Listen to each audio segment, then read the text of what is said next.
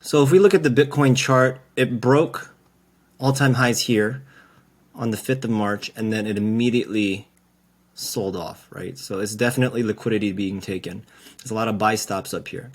And then you see that again today at 7 a.m. where it made all-time highs, it took out buy-side liquidity, and it dumped. So right now what the market is doing is it's stopping out all of the breakout traders here, all the retail traders that have buy limit orders from all-time highs to send price higher. What the market is doing is triggering those and then stopping them out, triggering those and stopping them out, right? And the reason why the market is doing that is because it's creating liquidity. It needs liquidity for the market to pump up, right? So either there's a lot of high leverage traders that just got liquidated from this move down here, and they got liquidated from up here to here, right? So that's what the market is doing right now. So let's dig deeper a little bit. So if you look at this order block right here, basically what happened was when this order block broke, this was an entry here. Okay, so it popped up, price came back in. This was an entry right here to go long. And what else is here? There's an imbalance, there's a fair value gap that you could have taken an entry here, right? And within that fair value gap, there was a 50% level, which price tagged into and started to send price higher. So this would have been a good entry to swing long.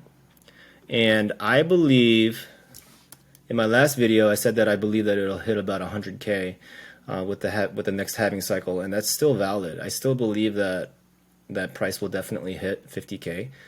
What's concerning right now to me is that it's failing to hold above all-time highs, right? So what price can do is kind of inch up, take all-time highs, and then manipulate up and then head down.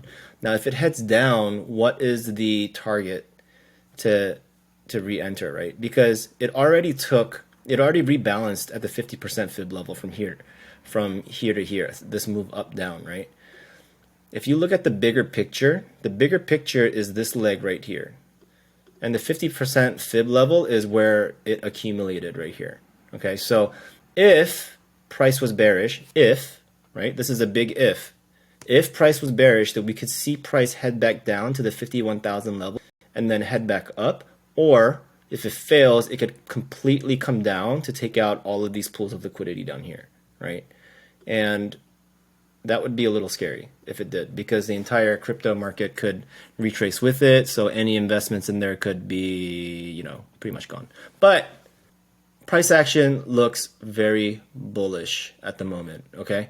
The reason why I am very bullish and what I'm looking for right now, or what I'm looking at right now, is this right here.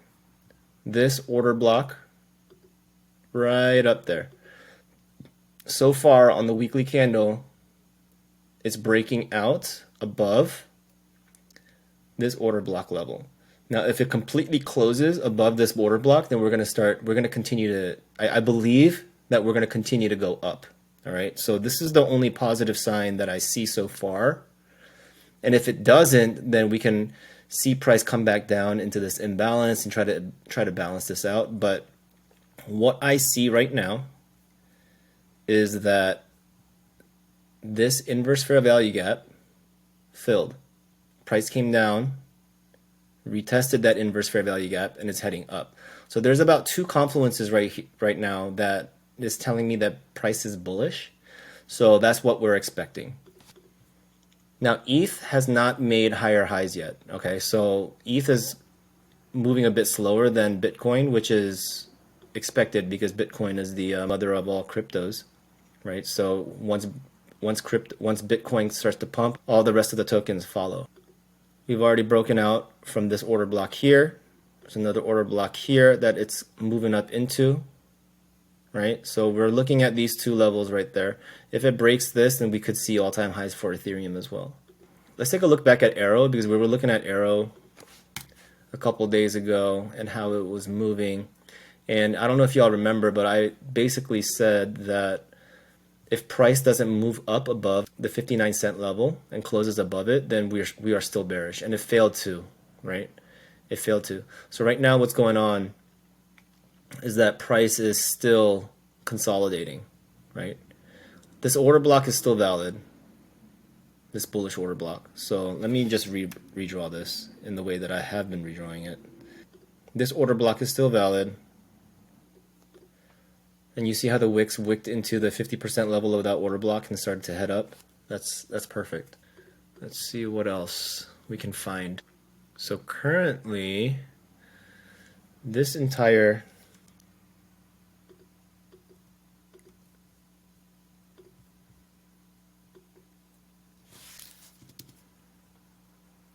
order block here, price had already moved back down into this order block right there.